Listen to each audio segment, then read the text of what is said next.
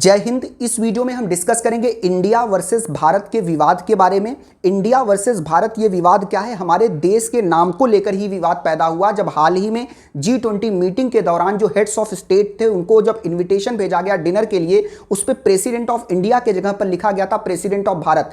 तब से ये स्पेकुलेशन लगाई जाने लगी कि क्या इंडियन गवर्नमेंट हमारे देश का नाम इंडिया से बदलकर भारत कर देने वाली है। तो हम समझेंगे कॉन्स्टिट्यूएंट असेंबली की डिबेट के बारे में, समझेंगे article 1 of the Indian constitution क्या रीड करता है, क्योंकि article 1 of the Indian constitution में यह चीज लिखी गई है कि India that is Bharat shell be a union of state rather than federation of state. हम समझने की कोशिश करेंगे हमारे देश के नाम क्या हैं according to the constitution of India. ये डिबेट क्या पूरी चल रही है। कॉन्स्टिट्यूएंट असेंबली में भी हमारे देश के नाम को लेकर काफी चर्चा हुई। कुछ लोगों ने कहा कि हमारे देश का नाम हिंदुस्तान होना चाहिए, कुछ मेंबर्स ने कहा कि हमारे देश का नाम इंडिया होना चाहिए, कुछ मेंबर्स ने कहा कि हमारे देश का नाम भारत होना चाहिए। बाद में कॉन्स्टिट्यूएंट असेंबली के जो मेंबर्स थे बहुत लंबे डिबेट और डिस्कशन के बाद इस कंक्लूजन पे पहुंचे कि हमारे देश के दो नाम होंगे, India that is Bharat, India अर्थात Bharat, India reflecting the modernity of the nation, at the same time Bharat reflecting the traditional culture of the nation. Clear? तो कहने का मतलब क्या है, जो उस समय के कॉन्स्टिट्यूएंट असेंबली के मेंबर्स थे वो आज के पॉलिटिशियन से काफी ज्यादा एजुकेटेड थे और उन्होंने इस बात पे काफी चर्चा करने के बाद इस कंक्लूजन पे पहुंचे कि India that is Bharat shall be the dual name for this country. और ये बात लिखी कहां गई है? तो विवाद आप समझ सकते हैं ये पॉलिटिकली मोटिवेटेड है, क्योंकि आपको पता होगा अपोजिशन पार्टीज ने मिलकर एक इंडिया ब्लॉक बना लिया है, इसलिए प्रेजेंट गवर्नमेंट हो सकता है उस नाम को अवॉइड करने की थोड़ा सा कोशिश कर रही हो, या हो सकता है लोगों में आप कह सकते हो पॉलिटिकल सेंटीमेंट को अराउज करने के लिए ऐसे चीजों का यूज कर रही है। But again let that it may be, but again we are going to discuss what is the constitutional provision related to this. ठीक है, तो कॉन्स्टिट्यूशनल प्रोविजन समझने के लिए हमें समझना पड़ेगा part 1 of the Indian constitution. Part 1 of the Indian constitution किससे डील करता है? Part 1 of the Indian constitution deal करता है यूनियन एंड इट्स टेरिटरीज के बारे में। मतलब ये यूनियन ऑफ इंडिया क्या है और उसकी टेरिटरीज में क्या क्या आएंगी। तो article 1 of the Indian constitution कहां पर मेंशन्ड है? Article 1 of the Indian constitution mentioned है part 1 of the Indian constitution में, जो डील करता है यूनियन एंड इट्स टेरिटरीज। अब यूनियन एंड इट्स टेरिटरीज वाला प्रोविजन पार्ट 1 में मेंशन्ड है और part 1 of the Indian constitution deals with union and its territories. इसमें 4 आर्टिकल्स हैं और आज हम डिस्कस करने जा रहे हैं article 1 of the Indian constitution. अब आर्टिकल 1 में भी 3 क्लॉजेस हैं। आर्टिकल 1 क्लॉज 1 क्या कहता है? आर्टिकल 1 क्लॉज 1 कहता है कि India that is Bharat shell be a union of state rather than federation of state. फिर से रिपीट करूंगा, article 1 clause 1 of the Indian constitution कहता है कि India that is Bharat shell be a union of state rather than federation of state. अर्थात article 1 clause 1 कहता है कि इंडिया दैट इज भारत, मतलब हमारे देश के दो नाम हैं, India that is Bharat, India भी है भारत भी है, India reflecting the modernity, Bharat reflecting the traditional culture of this country. Clear? मतलब हमारे देश के दो नाम है, इंडिया दैट इज भारत। आपको इंडिया कहना है इंडिया बोलो, भारत बोलना है भारत बोलो। सुप्रीम कोर्ट ने 2 बार पिटिशन ये रिजेक्ट कर दिया है, 2 बार 2015-16 में और एक बार 2020 में।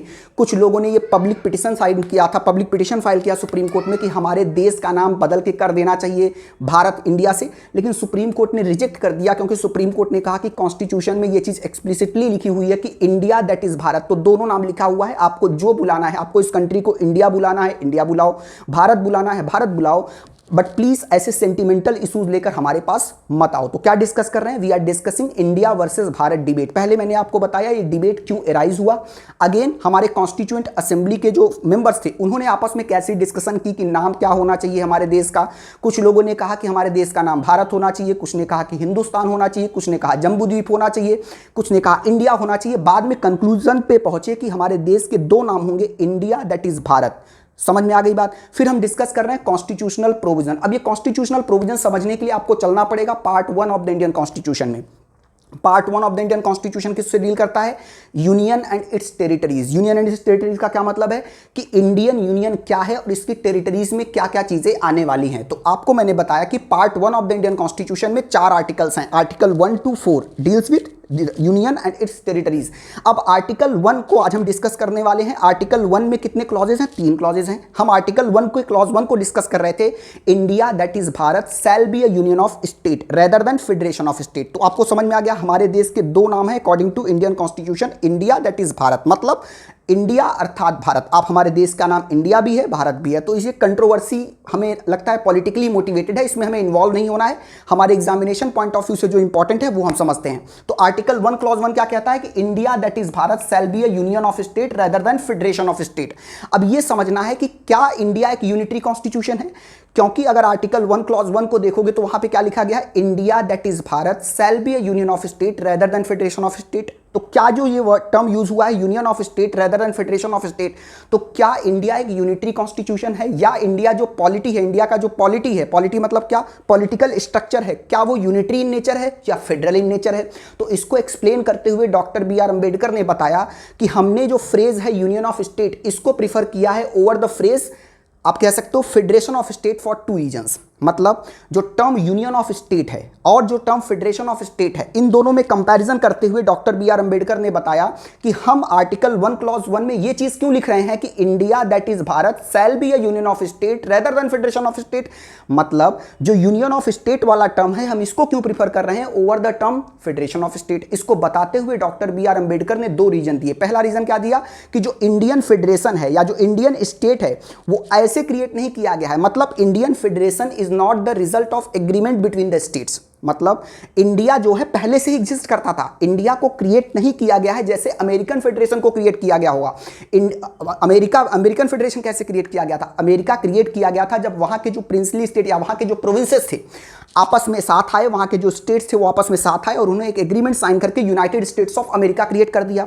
लेकिन इंडिया के साथ तो ऐसा केस नहीं है। मतलब article 1 clause 1 of the Indian constitution जब कहता है कि India that is Bharat shell be a union of state rather than federation of state, तो क्या इंडिया एक यूनियन ऑफ स्टेट है rather than federation of state. इसको एक्सप्लेन करते हुए डॉक्टर बी.आर. अंबेडकर ने बताया कि हमने ये फ्रेज यूनियन ऑफ स्टेट इसलिए यूज किया है rather than federation of state for 2 reason. पहला रीजन उन्होंने ये बताया कि जो इंडियन फेडरेशन है that is not the result of agreement between the state unlike the American federation, क्योंकि American federation was created after the agreement between the states. Clear, समझ में आ गई बात। और दूसरा डॉक्टर बी.आर. अंबेडकर ने बताया कि जो इंडियन स्टेट्स हैं उनके पास ये राइट नहीं है कि वो ब्रेक अवे करके इंडियन यूनियन से कहीं और चले जाएं। मतलब कल को गुजरात ये नहीं कह सकता कि मैं पाकिस्तान में मिलना चाहता हूं, हैदराबाद ये नहीं कह सकता कि मेरे पास ये राइट है मैं जाके पाकिस्तान में मिल जाना चाहता हूं। मतलब Indian states do not have right to secede away या break away from the Indian union. Okay, have you understood this concept? Article 1 clause 1 of the Indian Constitution says India that is Bharat shall be a union of state। तो मतलब article 1 clause 1 2 चीजों की बात करता है। पहला, name of the country. Name of the country क्या है, इंडिया दैट इज भारत। हमारे देश के 2 नाम हैं, इंडिया दैट इज भारत, और दोनों सेम है। एक चीज मैं और आपको भी बाद में बताऊंगा कि कैसे इंडिया और भारत के डिबेट में आपको पढ़ना नहीं है, क्योंकि सिर्फ और सिर्फ ये लैंग्वेज का इशू है। बस इंग्लिश में इंडिया है, हिंदी में भारत है, कैसे वो भी समझेंगे। क्यों, थोड़ा सा मैं आपको यहीं पे बता देता हूं, फिर मैं आर्टिकल 1 क्लॉज 1 पे फिर से आऊंगा। क्लियर। लेकिन अगर आप समझोगे, क्योंकि अगर आप इंग्लिश में देखोगे तो इंग्लिश में क्या कहते हैं हमारे कॉन्स्टिट्यूशन को, constitution of India, constitution of India. लेकिन हिंदी में यही चीज देखने जाओगे तो क्या है, भारत का संविधान।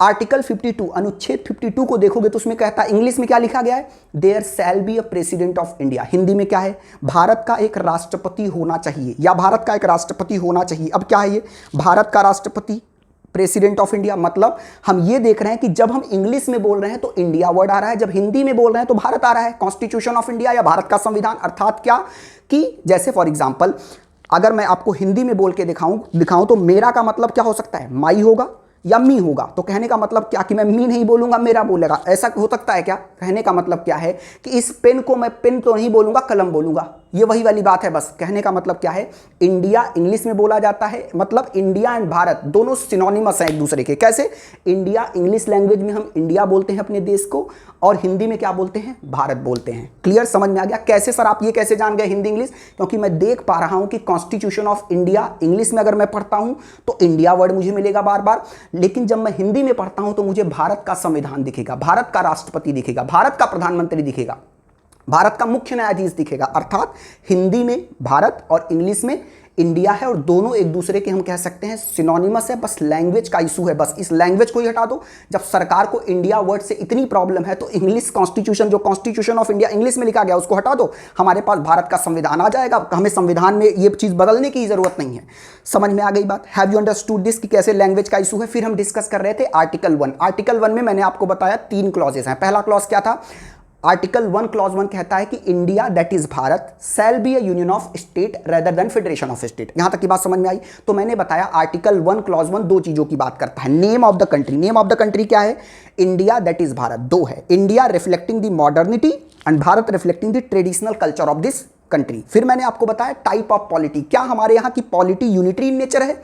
डॉक्टर बी आर अंबेडकर ने बहुत ब्यूटीफुली इस चीज को एक्सप्लेन किया। डॉक्टर बी आर अंबेडकर ने क्या कहा? डॉक्टर बी आर अंबेडकर ने कहा कि yes we are using the phrase union of state rather than federation of state for two reason. पहला रीजन उन्होंने क्या बताया कि Indian federation is not the result of agreement between the state, मतलब states ने कोई एग्रीमेंट साइन करके India create नहीं किया है, इंडिया पहले से ही था। यूनाइटेड स्टेट्स ऑफ अमेरिका को क्रिएट किया गया है, वहां प्रिंसली स्टेट्स या वहां की प्रोविंसेस साथ में आई, उन्होंने एग्रीमेंट साइन किया और United States of America create कर दिया, लेकिन जबकि ऐसा नहीं है। दूसरा, जो इंडियन स्टेट्स हैं उनके पास ये राइट नहीं है कि वो सीसीड करके ब्रेक अवे करके इंडियन यूनियन से चले जाएं। So have you understood this why we have used the phrase union of state rather than federation of state? That has been beautifully explained by doctor B R Ambedkar. Have you understood this article 1 clause 1? अब समझते हैं। अब देखो यहां पे आपको समझना है union of state rather than federation of state, मतलब हमने ये फ्रेज यूनियन ऑफ स्टेट क्यों यूज किया rather than federation of state, ये डॉक्टर बी आर अंबेडकर ने बताया है और ये मैंने आपको समझा दिया। फिर आर्टिकल 1 क्लॉज 2 क्या कहता है? आर्टिकल 1 क्लॉज 2 कहता है कि the name of the states and there territories shall be specified in schedule 1 of the Indian constitution. Article 1 clause 2 क्या कहता है कि all the states and territories shall be specified in schedule 1 of the Indian constitution. अर्थात क्या कि India के जो भी स्टेट्स होंगे, इंडिया की जो भी यूनियन टेरिटरीज होंगी या इंडिया की जो भी टेरिटरीज होंगी, उनका स्पेसिफिकेशन हमें schedule 1 of the Indian constitution में दिखेगा। आपको पता होगा कि भारतीय संविधान में ओरिजिनल कॉन्स्टिट्यूशन में 8 शेड्यूल थे, there were 8 schedules, but presently we have 12 schedules in the Indian constitution. और schedule 1 of the Indian constitution deal करता है name of the states and union territories and the territorial jurisdiction as well. कहने का मतलब क्या है? Article 1 clause 2 deal करता है, आर्टिकल 1 क्लॉज 2 डील करता है कि जो भी नेम होगा स्टेट्स का और उनका जो टेरिटोरियल जुरिस्डिक्शन होगा वो कहां मेंशन्ड होगा?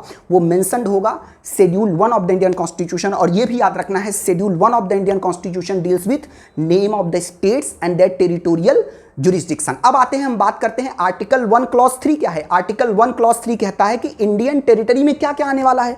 टेरिटरी ऑफ इंडिया क्या क्या इंक्लूड करेगी? तो टेरिटरी ऑफ इंडिया 3 चीजें इंक्लूड करेगी। आर्टिकल 1 क्लॉज 3 कहता है कि territory of India will include 3 things. क्या क्या है? Territories of the state, union territories जो मेंशन्ड है शेड्यूल 1 में, eight the same time acquired territories. अर्थात क्या कि आर्टिकल 1 क्लॉज 3 बात करता है टेरिटरी ऑफ द इंडिया, मतलब इंडिया की टेरिटरी कौन कौन सी होगी? तो इंडिया की टेरिटरी होगी territories of the state, India की टेरिटरी होगी यूनियन टेरिटरीज जो शेड्यूल 1 में मेंशन्ड है, eight the same time acquired territories जो गवर्नमेंट ऑफ इंडिया फ्यूचर में कर सकती है। कल को मान लो हमने पाकिस्तान को एक्वायर कर लिया, चाइना को एक्वायर कर लिया, यूएस को एक्वायर कर लिया, तो ये सब भी इंडियन टेरिटरीज में आएंगी। मतलब इंटरनेशनल रूल्स रेगुलेशंस को फॉलो करते हुए कल को इंडिया कोई भी फॉरेन टेरिटरी भी एक्वायर कर सकती है। आपको समझ में आ गया? आर्टिकल 1 क्या है? Article 1 of the Indian constitution में 3 क्लॉजेज हैं। आर्टिकल 1 किसका पार्ट है? आर्टिकल 1 पार्ट है part 1 of the Indian constitution from article 1 to 4 which deals with union and its territories. इसमें 4 आर्टिकल्स हैं, हम डिस्कस कर रहे हैं article 1 of the Indian constitution. हम article 1 of the Indian constitution क्यों डिस्कस कर रहे हैं? क्योंकि there has been a debate over the name of our country. उसको समझने के लिए हमें समझना पड़ेगा article 1 of the Indian constitution. Article 1 of the Indian constitution में 3 क्लॉजेज हैं। आर्टिकल 1 क्लॉज 1 क्या कहता है कि India that is Bharat shell be a union of state rather than federation of state. फिर मैंने आपको बताया आर्टिकल 1 क्लॉज 1 दो चीजों की बात करता है, name of the country India that is Bharat. फिर मैंने बताया कि हमने क्यों ये फ्रेज यूज किया union of state rather than federation of state. इसको बी आर अंबेडकर ने ब्यूटीफुली एक्सप्लेन किया और बताया कि हमने यूनियन ऑफ स्टेट इसलिए यूज किया है rather than federation of state for 2 reason.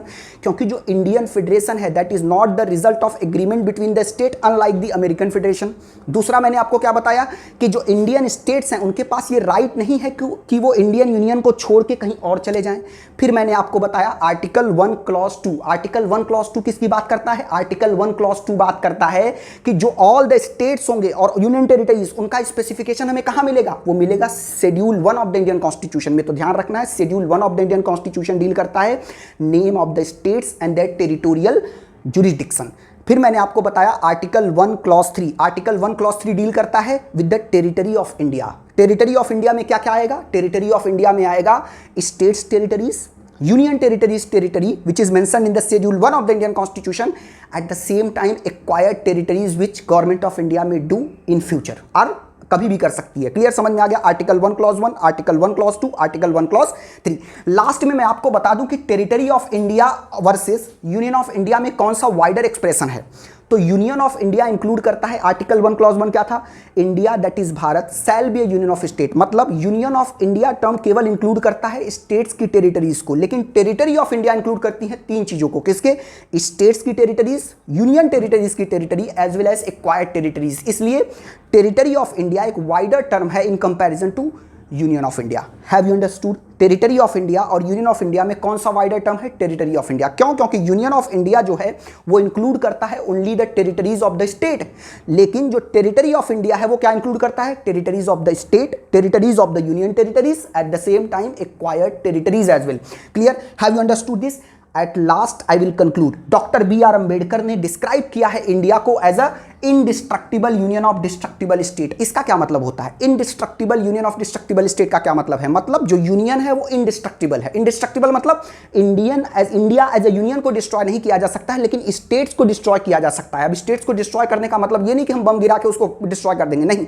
हम चाहेंगे तो हम स्टेट्स को बाइफरकेट कर सकते हैं, स्टेट को डिवाइड कर सकते हैं, स्टेट के बॉर्डर्स को चेंज कर सकते हैं, ट्राइफरकेट कर सकते हैं, उसको बहुत सारे पार्ट्स में डिवाइड कर सकते हैं। अर्थात India is described by doctor B R Ambedkar as indestructible union of destructible state. इसका क्या मतलब है? कि India as a union can not be destroyed, India as a union can not be disturbed, but yes can the states be disturbed? Yes. How they can be disturbed? We can redraw the boundaries. हम एक state को दो states में divide कर सकते हैं, या हम एक स्टेट और दो एक यूनियन टेरिटरीज को मिला के कोई नई स्टेट क्रिएट कर सकते हैं।